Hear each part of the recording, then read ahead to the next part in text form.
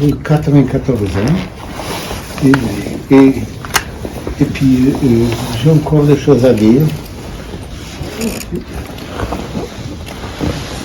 Et alors, je suis là tout le matin et j'essaye de le dire. Vous savez encore l'énergie pour frapper la maison? Pas aujourd'hui. Pas aujourd'hui, non, mais en général. De moins en moins. De moins en moins. La nature me rattrape. L'âge me rattrape. Mais le bois, oui. Le bois, oui, je fais encore. Et je dessine. Et puis il y a Ellie qui est là et avec sa gentillesse, avec avec son amour. Et je vais vous montrer ça.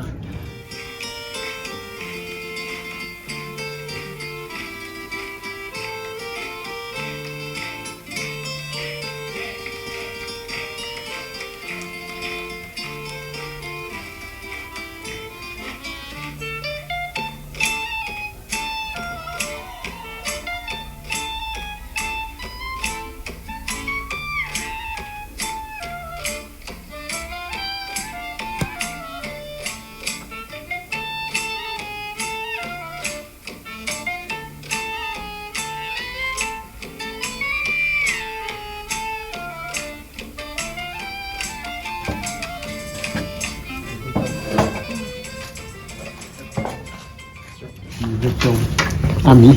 Ouais. Vous vous rappelez d'eux? Mais évidemment que je me rappelle. Je dirais que je me rappelle. Et avec Henri Bilavko, on rentrait toujours. Vous avez des thèmes religieux? Comment? Vous avez des thèmes religieux? Oui, aussi. Il y a des thèmes religieux. Il y a les grands prêtres. Ah bah il le fait Les grands prêtres. direct. Les grands prêtres. En fait direct. Je vais vous montrer ces outils, vous allez voir. Là-bas, c'est la délivrance. Là. La délivrance. Et ici, c'est la belle bretonne. La belle Et bretonne. puis ici, c'est Promoté. Promoté. Et puis ici, c'est la déesse.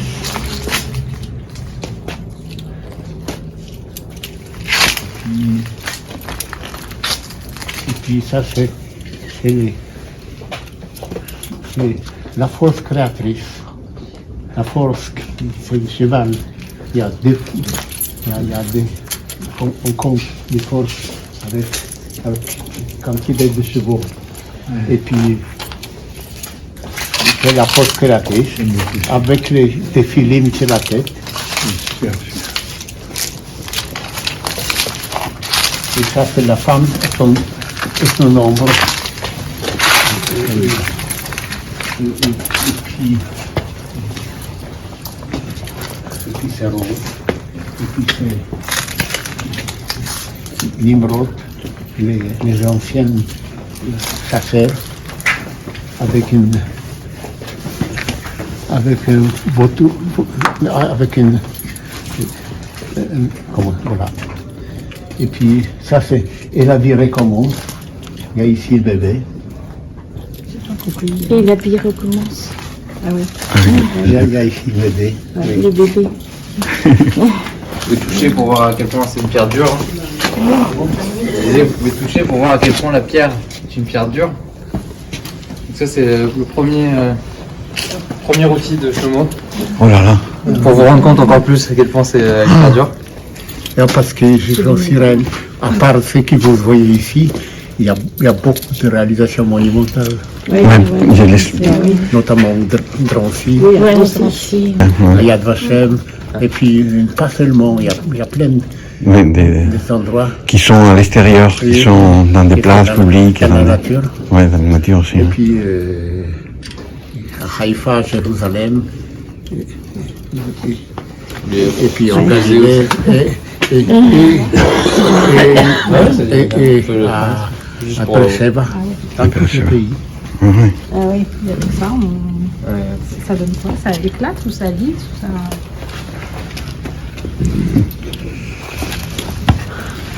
Si vous voulez, il a bien travaillé, quoi. C'est un bel outil. Hein. Super. Voilà le sacrifice d'Abraham. Oui, ici la tête d'Abraham, vous voyez. Ici, il tient le couteau pour sacrifier Isaac. Mais ici, il y a l'ange, vous voyez l'aile de l'ange, qui arrête les couteaux et lui donne à la place un bélier. Et puis ici, c'est Sarah. On lui a rien demandé. On lui a pris son fils pour le sacrifier. Et d'ailleurs,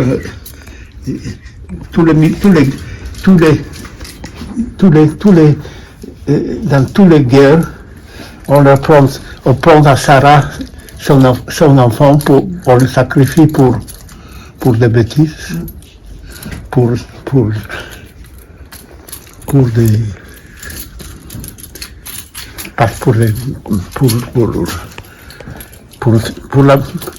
rien du tout. Et là, c'est le combat de Jacob avec l'ange.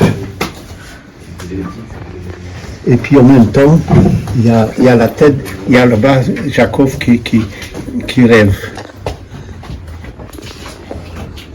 Voilà. Et ça, c'est le tsunami. Là, c'est la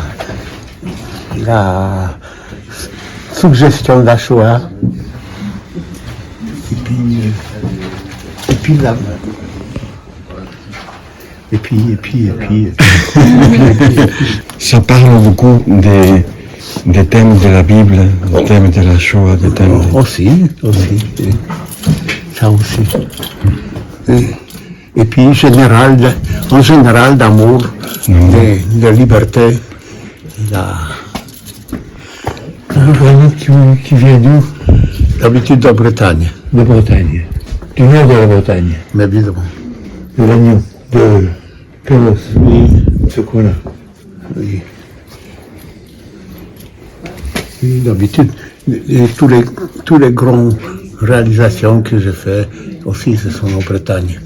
Ce sont des pierres de Bretagne, les Perros Guérec, le granitos, les réalisations monumentales. Sont ceux qui sont venus à Jérusalem, que ceux qui sont à Luxembourg, en Allemagne, un peu partout. Il y en a partout. Mais il y en a beaucoup ici. Hein, Il y a pas mal ici. Il y en a beaucoup. Il y a pas mal ici. Parce que vous êtes, Il y a en France, il y a pas mal en France. vous êtes très attaché à vos enfants, à votre œuvre. J'ai pas le choix, vous voyez. J'ai des pierres attachées à mes pieds, je ne peux pas bouger. et des bois aussi. Entrez, regardez.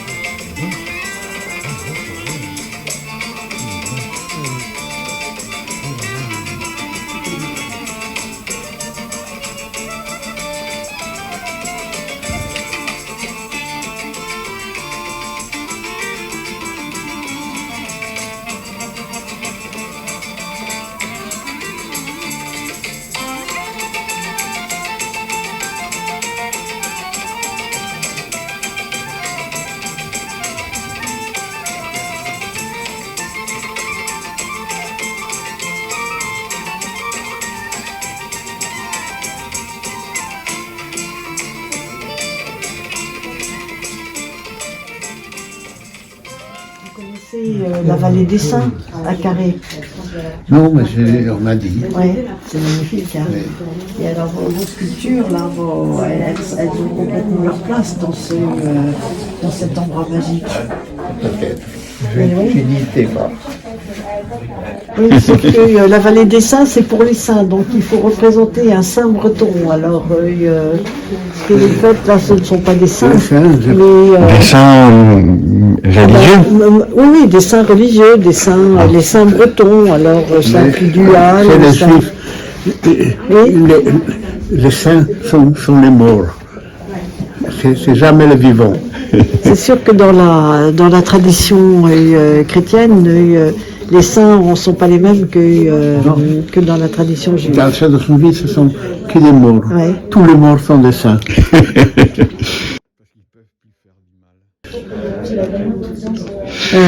Dans votre œuvre, il y a beaucoup d'amour. Il y a beaucoup d'amour, il y a la liberté, Et la vie.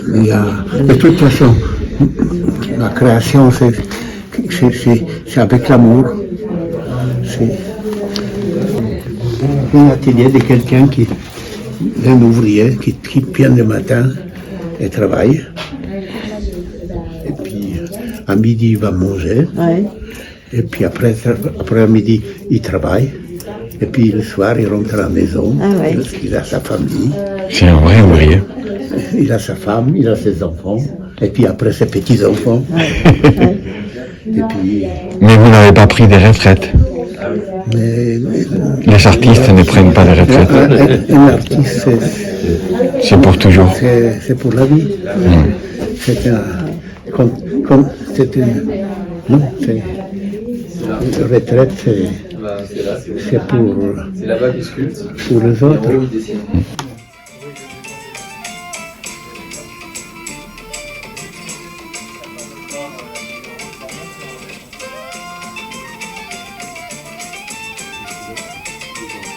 Oui, maintenant, non?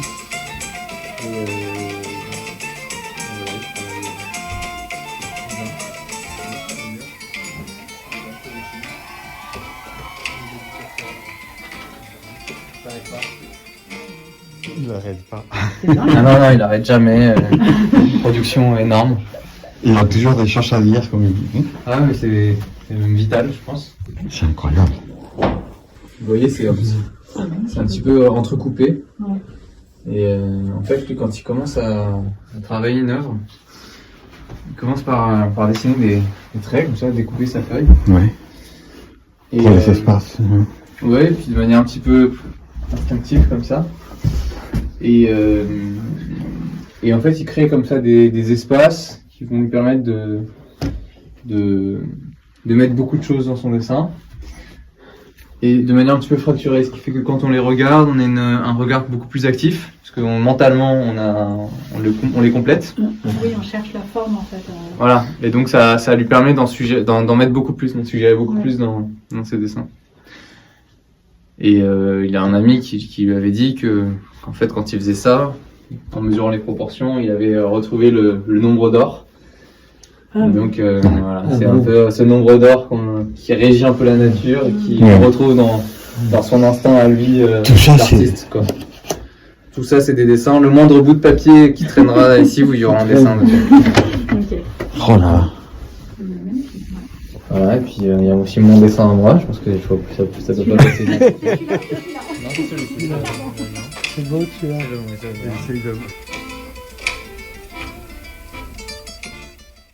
Je ferai un monument pour la résistance. À la Courneuve, Oui.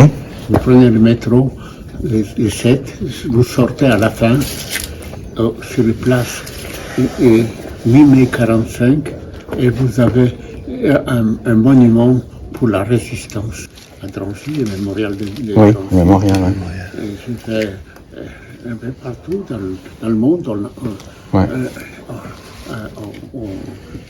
en Allemagne, la dernière que j'ai fait au Luxembourg, et en Israël aussi. Ouais. Devant l'entrée Yad Vashem, il y a un monument pour le juste des nations. Jülich. Où est-ce qu'il est? À l'entrée. à Yad Vashem, à Jérusalem. Ouais. Au musée. C'est dans la... C'est Dehors, oui. Devant la, Devant, tout de suite à devant, côté de devant Ouais. l'allée de Juste.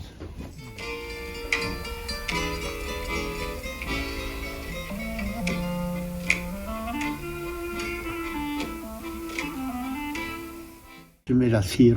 Oui, puis ça va. Je fais des cires. Les bois doivent être nourris.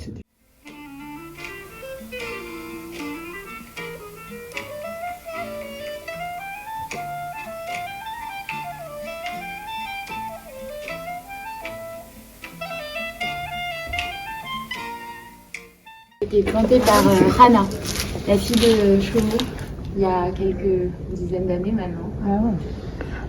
Et donc, parfois, souvent au printemps, été, ça donne des nefs où on les cueille et on les mange. Ah ouais. Très bon. Ouais. Ouais. Ah oui, c'est ma fille qui l'a fait grandir sur la fenêtre avec un noyau de nèfles et puis c'est devenu un arbre. Quand elle est partie de la maison, je l'ai planté ici. Ouais, elle a 50, quel âge? Elle a planté quand elle était petite et elle a 60. C'est pléboyant.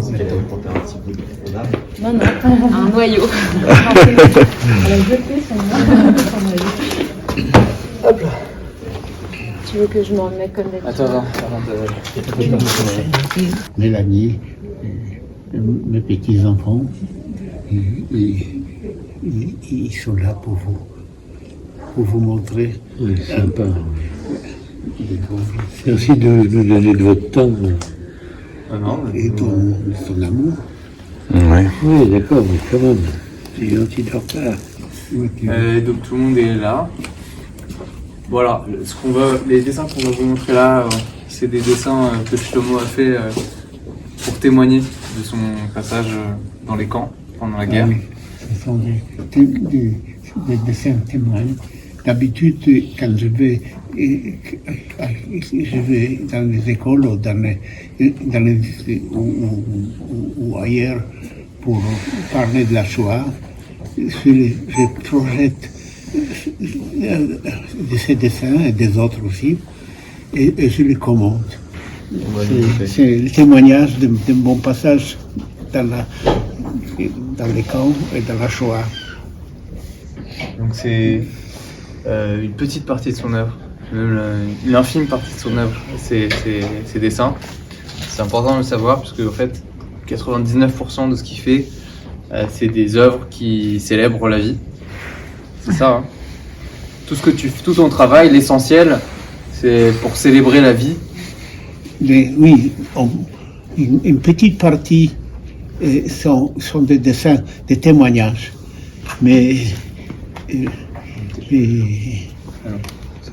le reste, c'est célébrer la vie, l'amour, la liberté, et tout simplement la vie. Donc c'est une série de dessins qui sont parfois un petit peu durs à voir. Hein. Voilà. Vous êtes prévenus. J'imagine. Mais puisque je suis un sculpteur, un dessinateur, je montre mon passage à la Shoah dans les camps de concentration aussi par le dessin. Voilà.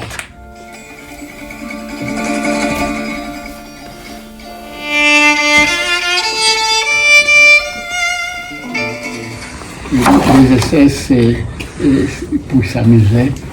Ils mettaient une partie de prisonniers et ils mettaient des bouteilles sur la tête et ils s'amusaient pour tirer sur les bouteilles. Mais s'ils rataient, c'était pas grave, puisque de toute façon, nous étions tous programmés pour disparaître, nous les Juifs.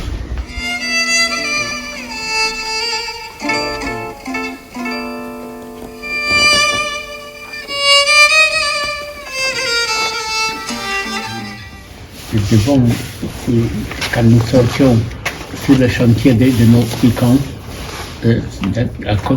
devant la porte, il y avait des musiciens, les prisonniers qui jouaient ces marches allemands idiotes.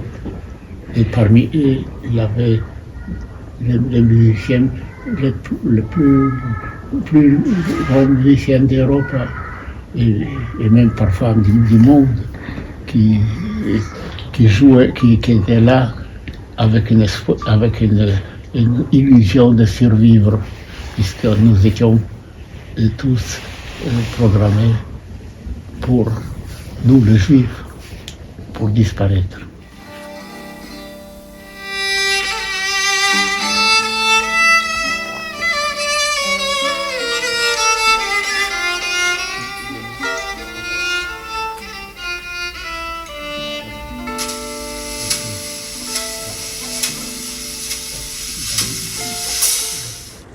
Pendant entre les deux guerres mondiales, première et deuxième, il y avait à Varsovie un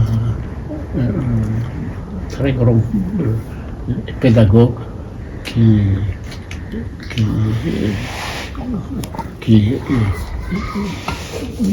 avait des orphelinats, autogestion, il y avait de très bons résultats.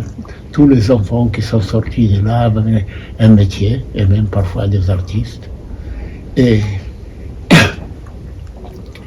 quand les Allemands sont venus, les nazis, et pour prendre son orphelinat pour le gazer, ils voulaient faire échapper Janusz Korczak, mais Janusz Korczak est allé avec ses enfants, ne voulait pas aller avec ses enfants à Treblinka. Et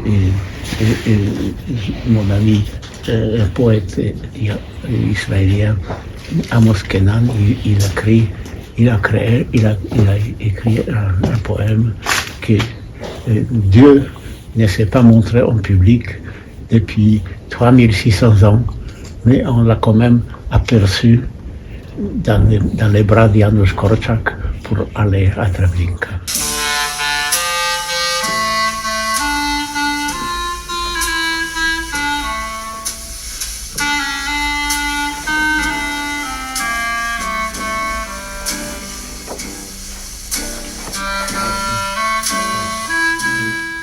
Quand on n'avait plus, il y avait de temps en temps un prisonnier se jetait sur les barbelés électrifiés et il arrêtait ses souffrances de cette manière. D'habitude, c'est ce que faisaient des gens, des nouveaux arrivés, parce que nous, on n'avait plus cette force, on était affamés, torturés, travailler de force, notre cerveau fonctionnait moins fort. Et finalement, voilà.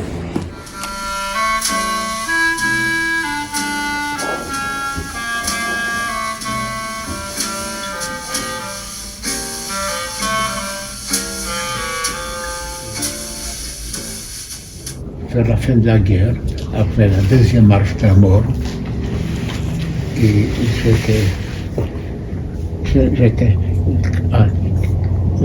j'étais fini, on m'a mis à l'hôpital à Térésine, déjà la guerre finie, et on m'a mis parmi les morts un officier russe un médecin m'a sorti de parmi les morts et il s'est acharné pour me rendre la vie. Et puis une fois sorti de l'hôpital, j'ai été 7 ans amnésique. Et quand ma mémoire revenait, Et en même temps, j'ai commencé à faire la sculpture. Donc, la nature m'a donné l'oubli. Et puis, avec l'art,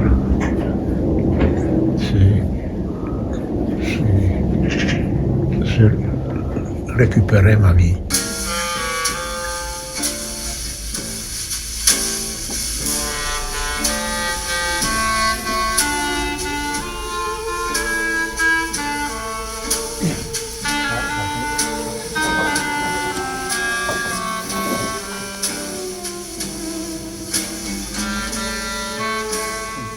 Dans les camps des grosses rosen.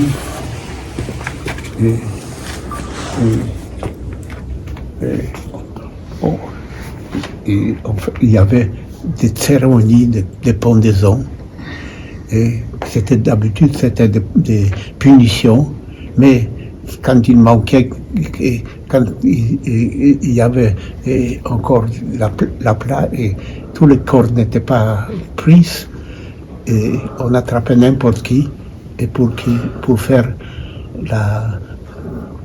pour que la cérémonie soit complète. Et donc un capot qui m'a attrapé, et il m'a attaché les bras et il m'a mené vers la pendaison. Mais une fois arrivé à cette place, et tous les corps étaient déjà pris. Et il m'a, au lieu d'être acteur, je devenais spectateur, comme avec des autres prisonniers.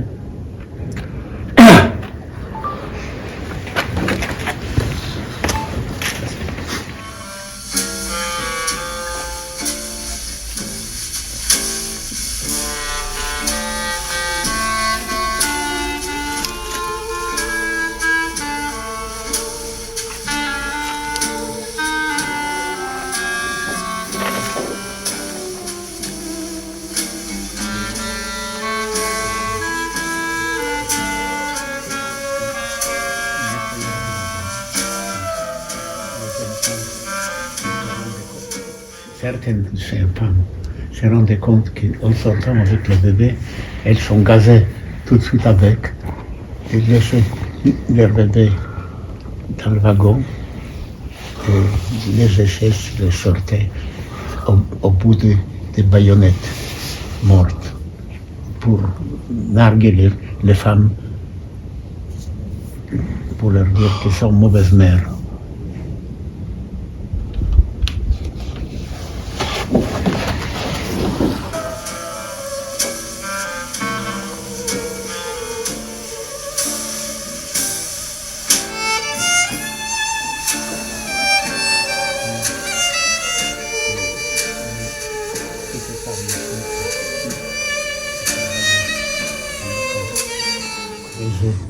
Les fondations pour l'usine d'armement des groupes.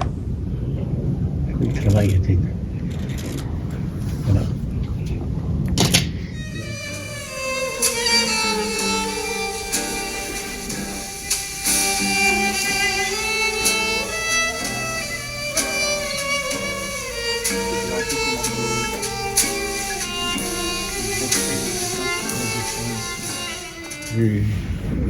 J'ai construit d'abord la surface blanche du feuille, une sorte de découpage. Oui, une sorte de nombre d'or, mais pas pseudo-personnel, pas intuitif, pas mathématique, et qui, par hasard, il correspond assez à un nombre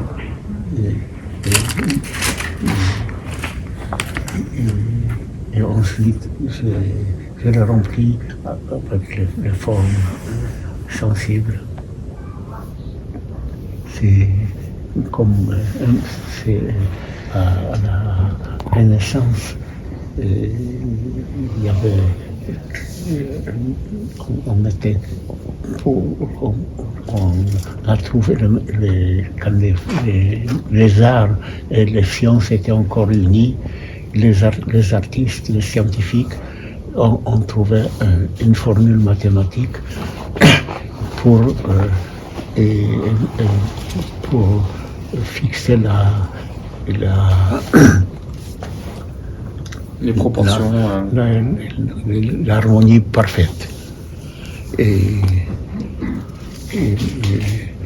moi j'essaye de le faire, mais pas intuitivement.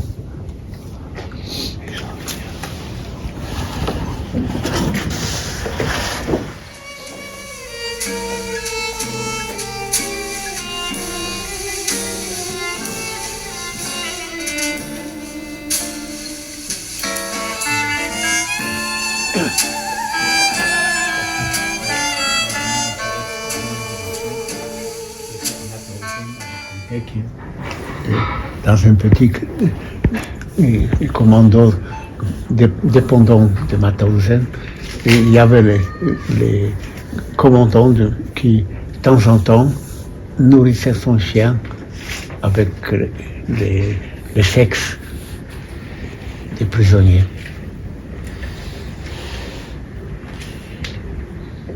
Parce que il n'y avait pas de limite de la cruauté qui les SS, qui les nazis infligeaient à des hommes dans les camps de concentration. Ça, c'est l'assassinat de mon père. Quand j'étais à Greenwich, Saarbrück, et quelques mois après, 3-4 mois, je crois, il s'affaiblit, mon père. Alors on l'a envoyé dans un camp qui s'appelait Brandé. Et dans ce camp, on l'a assassiné en introduisant un tuyau d'eau dans la bouche et ouvrant le robinet, comme ça, ils l'ont fait éclater de l'intérieur. Voilà. Toi, quand tu es allé au camp pour la première fois avec ton père, tu avais 13 ans, 12 ans. J'avais 14 ans. 14 ans. J'étais 14 ans, mais j'étais avec lui. Avant, il était très sévère avec moi parce que je n'étais pas un très bon élève. Mais à l'époque, dans le camp, il y avait que l'exemple personnel. Et encore,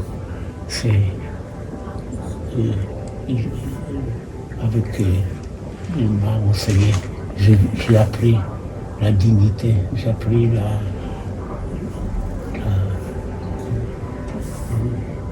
parce qu'il y avait pas mal de pères qui se disputaient les morceaux de pain. Chacun voulait un morceau de pain plus grand, parce que quand je dis du pain, on ne se rend pas compte que nous étions affamés. Il s'agissait de survie. Alors, mon père voulut que je reçoive un morceau de pain plus grand. Du fait, moi, je voulais que mon père reçoive. Encore avant de mourir, j'ai encore eu la leçon de dignité dans l'extrême. Et voilà. Les nazis,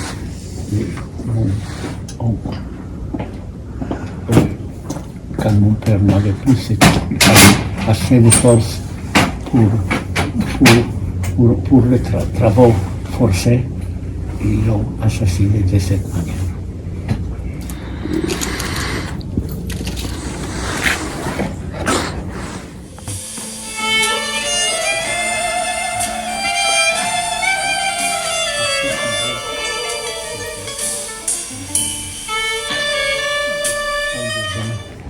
accroché des bouchées. Et la mort était difficile, alors, avec souffrance.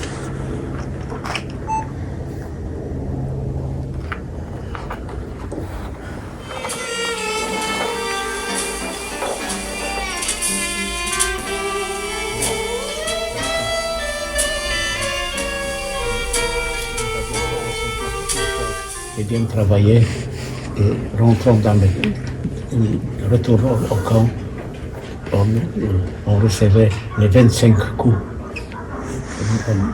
On nous mettait sur une machine et puis on tapait. Et puis après, on avait beaucoup de mal de retourner à la vie normale. On était souffrant. Alors qu'il m'est arrivé une fois qu'on m'a battu. Mais une autre fois, quand je devais être battu, les capots me disaient crie et puis tapaient à côté et les SS pensaient qu'il me battait. Voilà, il y avait le même capot qui était un assassin. Et il lui est arrivé un moment de l'humanité. Et voilà. C'est pour ça aussi que tu dis que tu crois en l'homme. Mais évidemment, je crois à l'homme, je crois que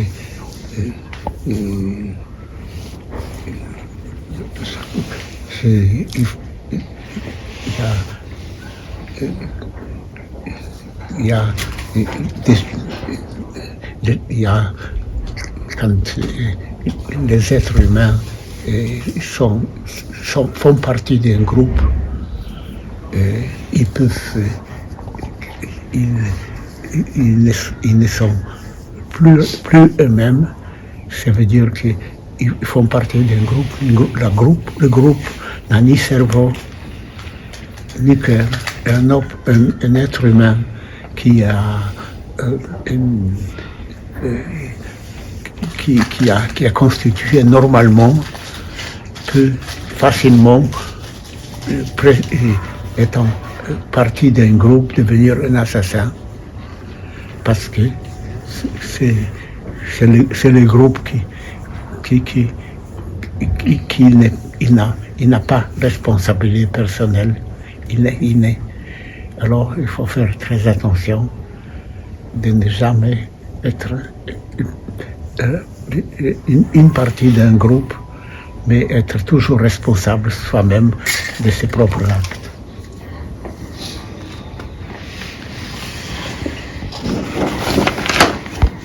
Voilà, là on va avoir des dessins plus gais. Le travail Forcé. Là, nous poussons des wagons nous approchons au chantier et après on décharge les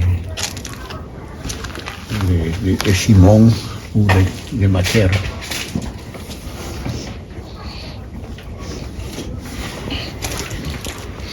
Puis on était comme des bêtes qui tiraient les wagons, qui tiraient les chariots.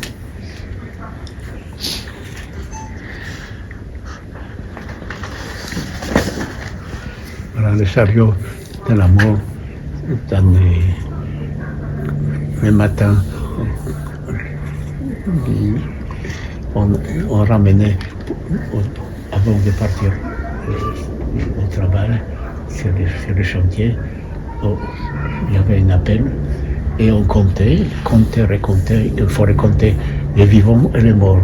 Les chiffres devaient toujours être égaux avec les morts et avec les vivants.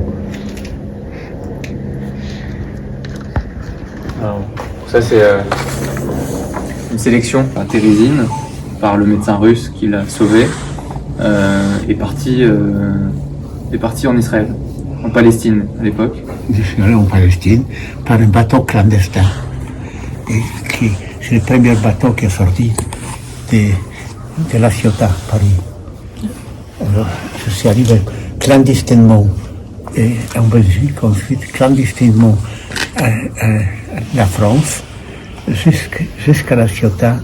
Et là, on a embarqué sur un petit bateau qui nous amenait vers la Palestine à l'époque. Et les Anglais interdisaient aux Juifs d'y aller sur les terres d'Israël. Et à la fin, notre bateau, 2 semaines qui voyageait, était attrapé par les Anglais. Et nous étions mis dans un camp d'athlètes. C'était pas loin de Haïfa. Et puis après, libéré. Ensuite, je suis allé dans un kibbutz qui était au bord de la mer Morte. Et là-bas, la terre avait 17% de sel. Et nous l'avions, la terre, qui est devenue après un jardin fleurissant. Et puis ensuite, il y avait en 48, il y avait la déclaration d'État d'Israël. Alors, 7 pays arabes qui se sont jetés sur nous, et mon kibbutz était détruit. Et j'ai combattu là-bas au Sodome pour l'indépendance d'Israël. Après l'armistice et la guerre qui s'est arrêtée, j'étais fondé avec des autres un kibbutz en Galilée. Et ensuite,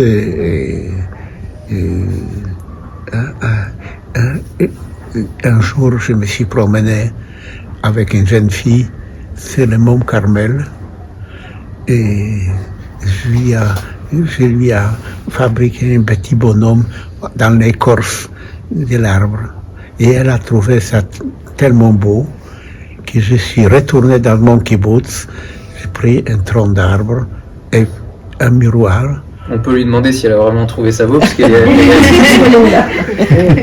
Et je lui fais mon autoportrait. Et depuis, je ne me suis plus arrêté. Et 2 ans après, j'ai eu le premier prix des jeunes sculpteurs israéliens. Et puis, je voulais quand même apprendre. Et on m'a dit qu'à Paris, il y a, à l'école des Beaux-Arts, il y a les professeurs, les meilleurs, Marcel Gimond. Et je suis arrivé, il m'a accepté dans son atelier. Et puis, j'ai déjà goûté la taille directe de la pierre et le bois. Donc, après-midi, je suis dans les décharges publiques, j'ai trouvé un morceau de granit et j'ai commencé à travailler et le granit, j'ai trouvé qui prend la lumière de façon extraordinaire et qui, après, il rayonne avec chargé d'esprit. Donc, je me suis attaché à ces pierres et tous mes réalisations monumentales, et je les fais en granit. Et ici, il y a encore une partie de ce qui est chez moi. Il y a des milliers et des milliers de dessins qui ne sont pas de la Shoah et qui célèbrent la vie. On va se faire un petit peu de bien maintenant avec... Voilà. Là, ce sont des dessins de la vie. Ici, la vie et l'amour, liberté. Ce sont des dessins rehaussés avec les bleus.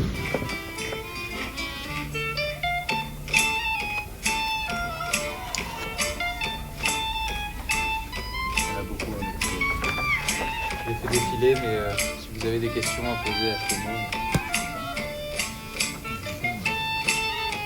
C'est pas un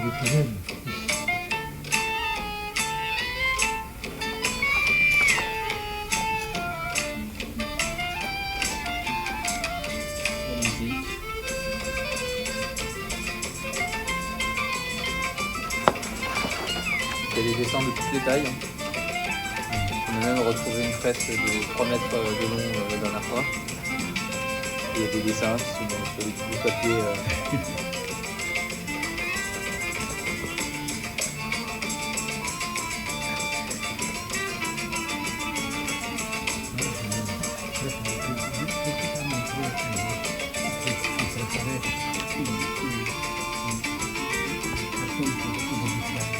Ah oui.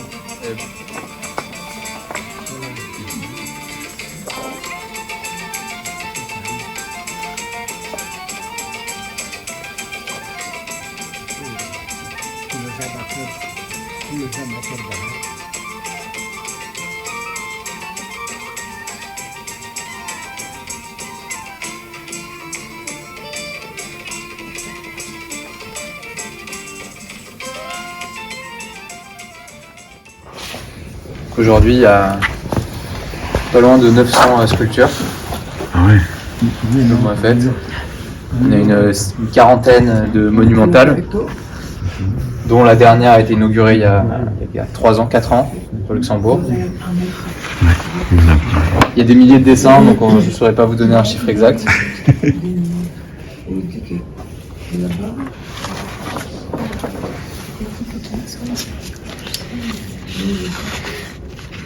Voilà, et donc vous avez eu l'occasion aujourd'hui de partager un petit bout de l'œuvre de Shlomo avec lui.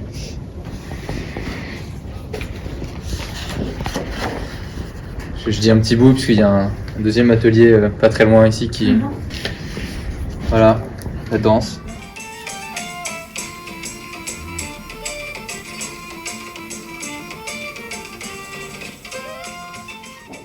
D'habitude, j'ai exposé dans la galerie Bernheim tous les 2 ans pour une exposition personnelle, mais Michel d'Auberville, le directeur, étant mort, et la galerie était tout de suite par les héritiers, ils ont vendu tout, et puis il n'y a plus de galerie Bernheim. Donc, 57 ans que tous les 2 ans, j'avais une exposition personnelle. Maintenant que vous êtes les témoins du témoin, vous avez aussi une responsabilité. Parlez-en autour de vous. Vous voyez, il y a un dessin, et chaque dessin est différent de l'autre. Les chevaux. L'autoportrait de Shlomo. Le cheval, Tu veux raconter l'histoire du cheval Routy? C'est mon autoportrait. Un cheval fou. Un jour, j'ai abusé de la vodka et je suis rentré à la maison très très mal. Et Routy m'a donné un seau pour que je vomisse. Et une fois sorti la tête du seau, je lui ai expliqué qu'autrefois j'étais cheval. Et dans l'état où j'étais, elle m'a cru.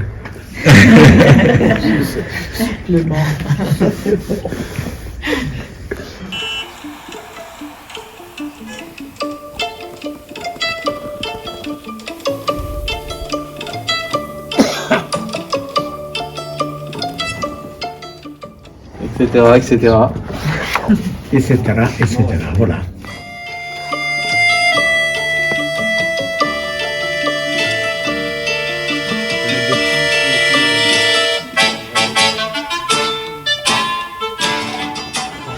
Quand vous commencez un dessin, vous pensez ce que vous savez faire ou ça vient sur la marche? Non, je ne sais pas.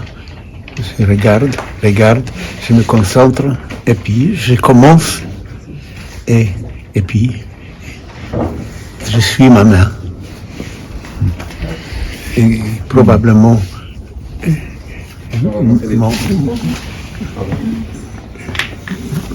ma intuition.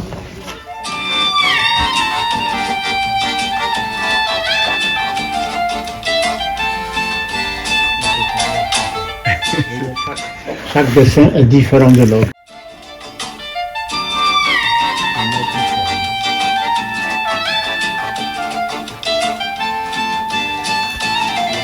femme qui danse.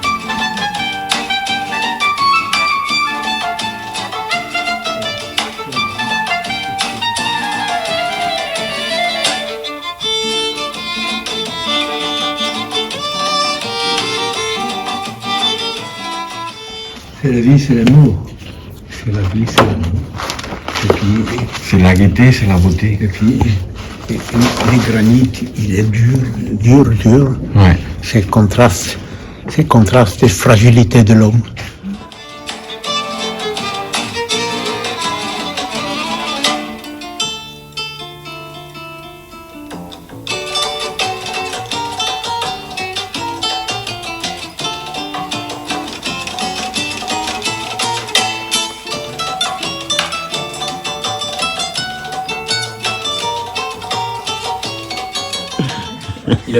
Tu as pas d'attache.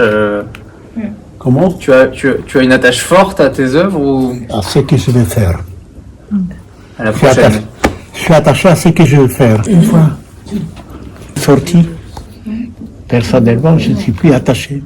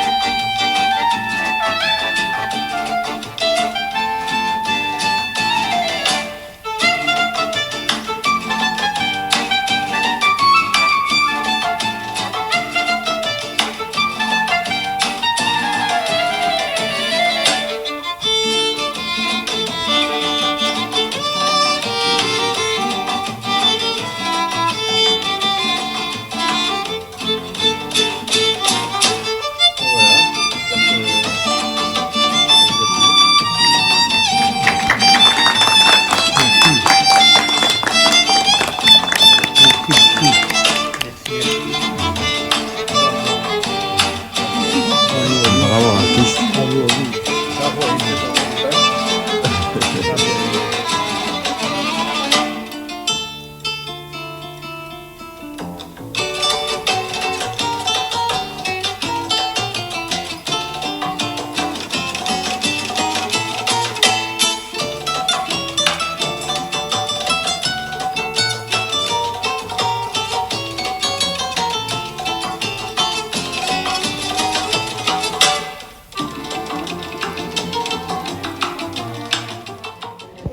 Autour de ça, et qui je l'appelle le bon oeil. Autour de ça, vous savez construire les sculptures. Oui, Ça alors. je l'appelle le bon oeil. Et elle s'appelle le bon oeil.